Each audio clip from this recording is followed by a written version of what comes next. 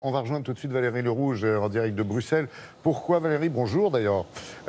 C'est pour notre rubrique Sans frontières, comme tous les matins. Et plus exactement, vous êtes à Molenbeek, cette commune tristement célèbre depuis les attentats de Paris, puisqu'ils auraient été préparés effectivement dans ce quartier, à l'occasion d'une exposition de dessins de presse et de caricatures qui vient d'être inaugurée, c'est ça? Oui, bonjour Laurent, bonjour à tous. On est effectivement sur la place du marché de Molenbeek, là où nous étions matin, midi et soir il y a 2 ans avec à peu près toutes les télés du monde entier. Et cette hyper-médiatisation, elle a laissé des traces ici, elle a braqué beaucoup d'habitants, elle a blessé beaucoup d'habitants qui se sont sentis stigmatisés, elle en a braqué aussi beaucoup contre la presse, d'où l'idée de Plantu, le dessinateur du Monde, le président également de l'association Cartoon for Peace, d'organiser une exposition de dessins de presse et de caricatures, plus précisément celles qui sont si souvent décriées. Il l'organise ici, il a voulu y associer les jeunes du quartier pour débattre de ces dessins de presse. Et vous allez le voir à l'occasion de l'inauguration, et parmi les premiers visiteurs, il y avait du lourd, comme on dit, pour donner une symbolique d'autant plus importante à cette exposition. Reportage avec Clément Martin et Sylvain Winans. Un vernissage en grande pompe. François Hollande et Charles Michel, le Premier ministre belge, réunis à Molenbeek. Un déplacement très symbolique pour l'ancien président français. Je voulais revenir ici à Molenbeek justement pour montrer que ce quartier, cette ville, eh bien, était aussi porteur de valeurs, de principes, de liberté, et que nous avons aussi comme devoir de mettre en valeur ce qu'est aussi la vie de ce quartier. À l'initiative de Plantu, l'exposition Trait d'Union a été créée pour la commune. On y trouve des dessins polémiques, dérangeants, touchants.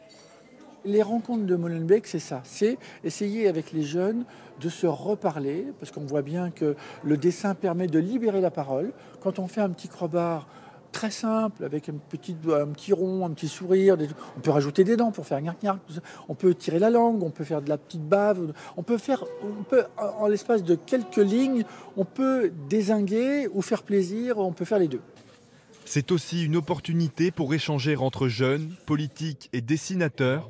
La religion reste quand même une question sensible. Peut-on en rire? Et comment? Les artistes tentent d'y répondre. Tu dois simplement savoir que les dessinateurs humoristes, leur façon de parler des sujets, c'est de le faire à travers l'humour.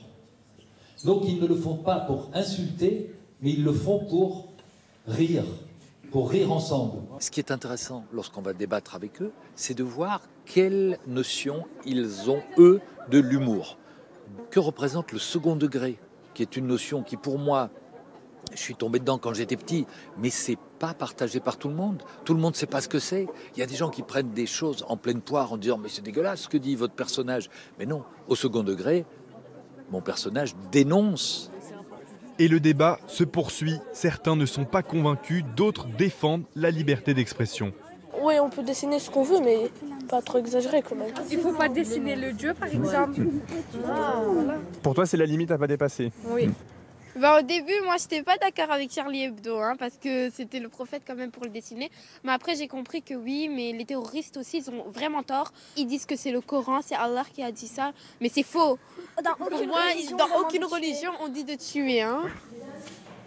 Avec l'humour, Molenbeek reprend des couleurs, bien loin de la caricature qu'on s'en fait parfois. Oui, Valérie, vous y faisiez allusion à l'instant. Comment vit-on à Molenbeek depuis les événements d'il y a 2 ans?